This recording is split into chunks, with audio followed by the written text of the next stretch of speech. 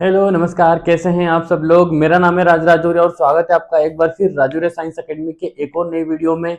तो हम पढ़ रहे हैं बायोलॉजी की 30 टॉपिक्स की 30 डेज की एक ऐसी सीरीज जिसके अंदर हम पढ़ने वाले हैं उन टॉपिक्स को जो आपके एग्जाम में ओरिएंटेड होने वाले हैं, जो एग्जाम में सबसे ज़्यादा टाइम से पूछे जाते हैं। उन टॉपिक्स को हम कवर करने वाले हैं। तो आज का है हमारा डे 16 और टॉपिक रहेगा हमारा आज का ऊतक या टिश्यू। ठीक है, तो क्या होते हैं ऊतक, टिश्यूज क्या होते हैं, ये थोड़ा सा समझ लेते हैं। ठीक है, तो कोशिकाओं के समूह, ठीक है, क्या बोलेंगे, ग्रुप्स ऑफ सेल्स। क्या होंगे, जो ग्रुप होते हैं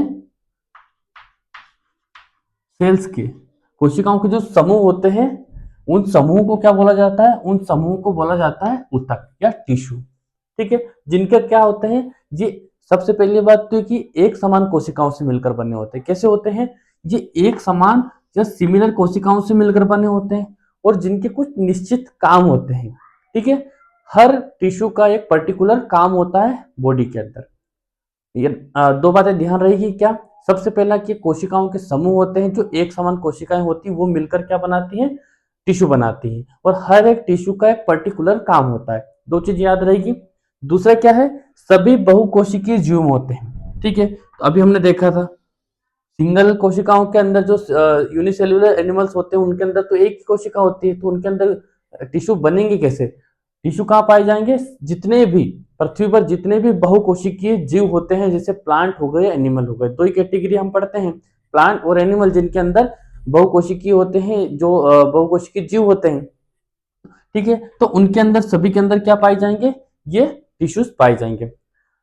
अब देखना, ऊतक जो होते हैं सबसे पहला स्टार्ट होता है सेल से, क्योंकि सेल क्या है, कोशिका जीवन की क्या प्रारंभिक यूनिट होती है। तो कोशिका से मिलकर क्या बनते हैं, कोशिका से मिलकर ऊतक बनते हैं। और सारे ऊतक मिलकर क्या बनाते हैं, ऑर्गन बनाते हैं, अंग बनाते हैं। और अंग मिलकर क्या बनाते हैं, अंग तंत्र बनाते हैं। और जब अंग तंत्र पूरे अंग मिलते हैं तो पूरा क्या बनती है, बॉडी बनती है, स्केलेटन बनता है, पूरा हमारा सिस्टम बनता है।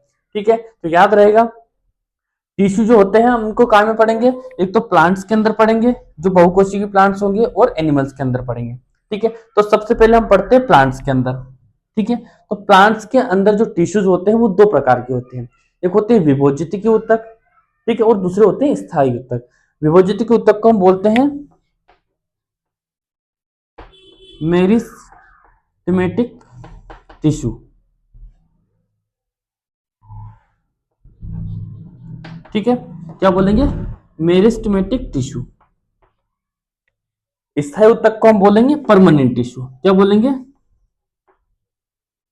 Permanent tissue. कितने प्रकार के ऊतक पढ़ेंगे प्लांट्स के अंदर, दो प्रकार के ऊतक पाए जाते हैं। एक मेरिस्टेमेटिक जिनको बोलते हैं विभजित ऊतक, और दूसरे होते हैं स्थायी ऊतक जिनको बोलते हैं परमानेंट टिश्यू। ठीक है, देखना विभजित ऊतक को सबसे पहले देखते हैं। नाम से स्पष्ट है कि इन टिश्यूज के अंदर कौन सी क्षमता पाई जाएगी, इन टिश्यूओं के अंदर क्षमता पाई जाती है विभाजन की। They have ability to divide, क्या, डिवाइड होने की इनके अंदर एबिलिटी पाई जाती है। और यही एबिलिटी क्या करती है, प्लांट्स को वृद्धि में मदद करती है। किसमें मदद करती है, वृद्धि में, ग्रोथ में मदद करती है। ठीक है, प्रकार देख लेते हैं, प्रकार कितने प्रकार का होगा। तो विभोजित की जो ऊतक होता है वो तीन प्रकार का होता है, मतलब प्लांट के अंदर जो वृद्धि होती है वो तीन प्रकार की होती है। कैसे, सबसे पहले होती है शीर्ष विभाजक ऊतक, इसको बोला जाता है एपिकल। क्या बोला जाता है पहले वाले को, एपिकल। शीर्ष विभाजित की ऊतक मतलब प्लांट्स के अंदर जहां जहां भी सिर होते हैं, सिरे होते हैं पतले, वहां पर क्या होती है, ये टिश्यू पाए जाएंगे। तो सबसे पहले देखना, लंबाई में वृद्धि करते हैं।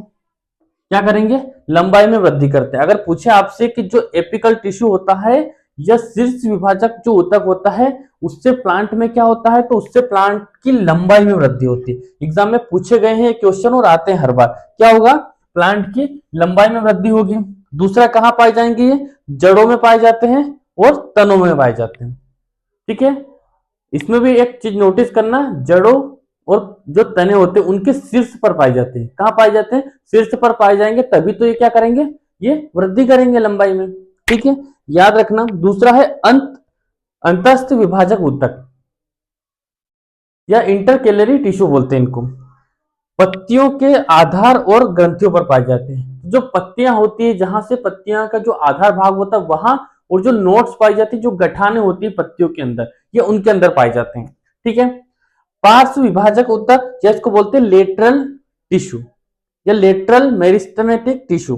ठीक है, इससे नाम से समझ में आया, लंबाई में वृद्धि हो गई, मोटाई वगैरह भाग जो था लंबाई में वृद्धि हो गई, गठाने और जो आधार भाग था वहां भी इसमें वृद्धि हो गई।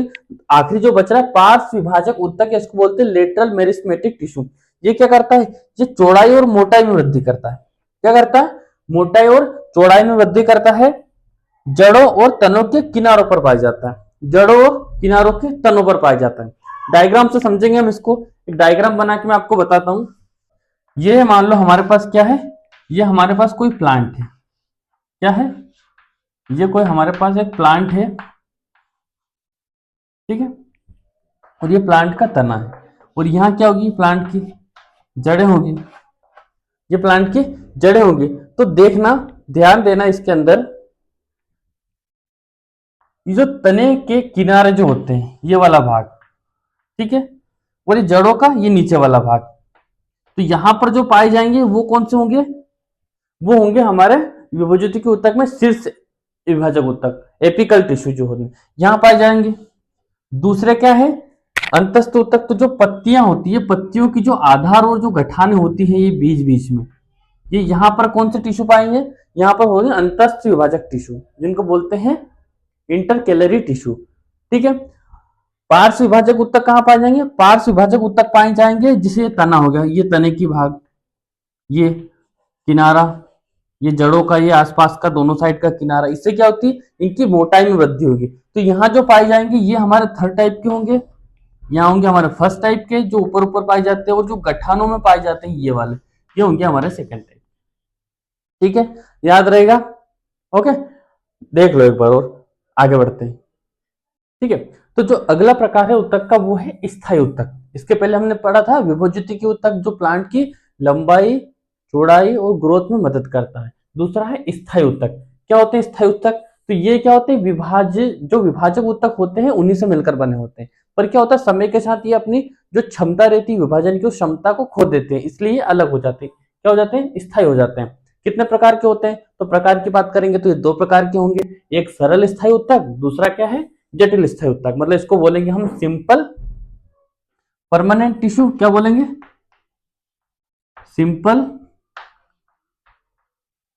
परमानेंट टिश्यू, और इसको बोलेंगे कॉम्प्लेक्स, क्या बोलेंगे इसको, कॉम्प्लेक्स परमानेंट टिश्यू। ठीक है, तो एक ही प्रकार के जो ऊतक होते हैं, मतलब जो एक ही प्रकार के कोशिकाओं के जो सेल होते हैं उसमें भी एक ही प्रकार के जो टिश्यूज रहते हैं वो आपस में मिलकर क्या बनाते हैं, सिंपल परमानेंट टिश्यू बनाते हैं। कितने प्रकार के होते हैं, तीन प्रकार के होते हैं। एक होते हैं पेरेनकाइमा, देखो इनका हिंदी में भी नाम वैसा ही है, पेरेनकाइमा, कोलेनकाइमा और स्क्लेरेनकाइमा। तीन प्रकार के कौन से ऊतक हैं ये तीनों, अगर पूछे कि पेरेनकाइमा, कोलेनकाइमा, स्क्लेरेनकाइमा किस प्रकार के ऊतक हैं, तो ये सरल स्थायी ऊतक होते हैं। कौन से, सरल स्थायी ऊतक होते हैं। काम क्या होता है, पेरेनकाइमा का काम देख लो, तो पेरेनकाइमा क्या होता है, एक तो ये मुलायम होता है। कैसा होता है पेरेनकाइमा, सॉफ्ट वाला, जो जितने भी सॉफ्ट टिश्यू होते हैं प्लांट्स के अंदर वो होते हैं। और क्या होती है, लिविंग होता है। ठीक है, और क्या होता है, भोजन संग्रहण का काम करता है। मोस्ट इंपोर्टेंट, पेरेनकाइमा का काम क्या होता है प्लांट्स के अंदर, फूड का स्टोरेज करना। ठीक है, क्या काम होगा, फूड का स्टोरेज करना, याद रखना। दूसरा है कोलेनकाइमा।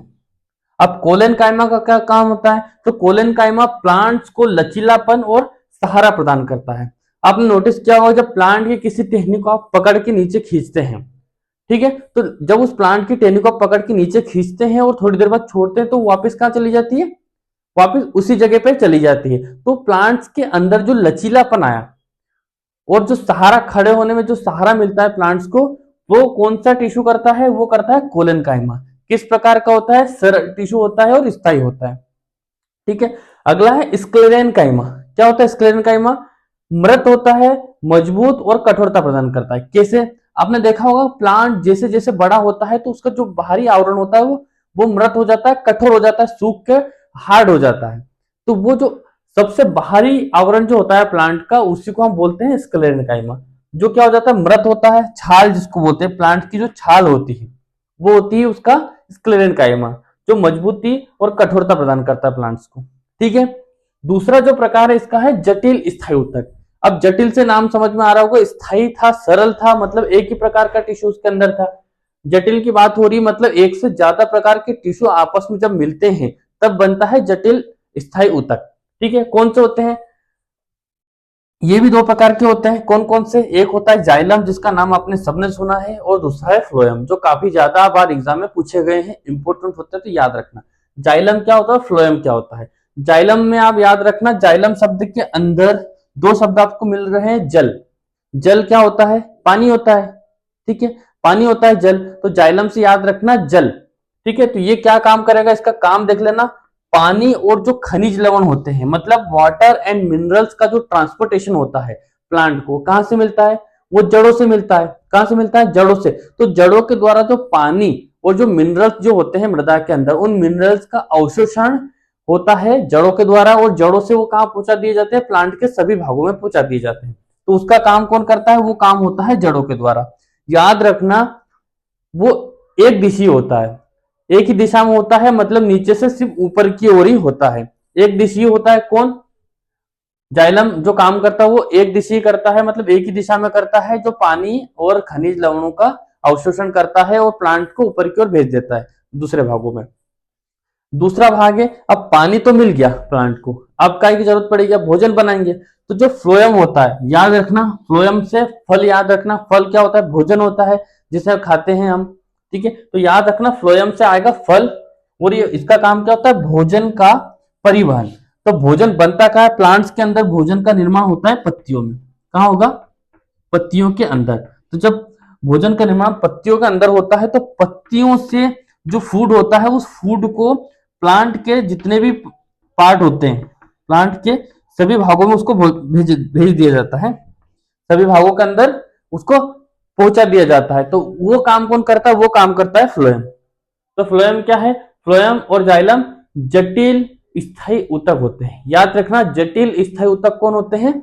जाइलम और फ्लोएम। फ्लोएम का काम होता है भोजन को प्लांट के विभिन्न भागों तक भेजना, और जाइलम का काम होता है जल को प्लांट के विभिन्न भागों तक भेजना। याद रहेगा? ठीक है, आगे बढ़ते हैं। प्लांट टिश्यू हमारा खत्म हो गया, हम पढ़ेंगे एनिमल टिश्यू।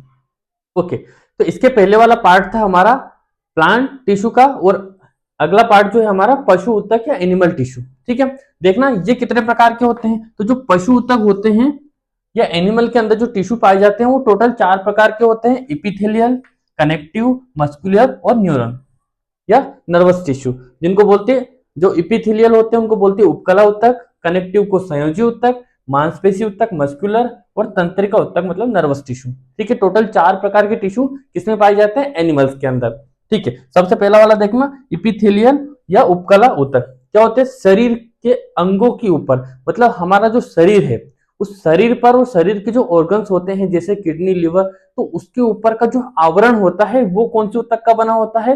वो बना होता है उपकला ऊतक का, या उसको बोलते हैं एपिथेलियल टिश्यू। ठीक है, देखना एग्जांपल देखना, स्क्वेमस हो गया, क्यूबॉइड हो गया, कोलुमिनर हो गया, सिलिएटेड और ग्लैंडर, ये किसके प्रकार है? किसके? एपिथेलियल टिश्यूज के। ये आपसे एग्जाम में इतना डीप नहीं जाएंगे, तो आप याद रखना एपिथेलियल ऊतक जो होते हैं कहाँ पाया जाता है? तो जो हमारे ऑर्गन्स होते हैं या जो हमारी बॉडी का जो आवरण होता है वो बना होता है एपिथेलियल टिश्यूज का।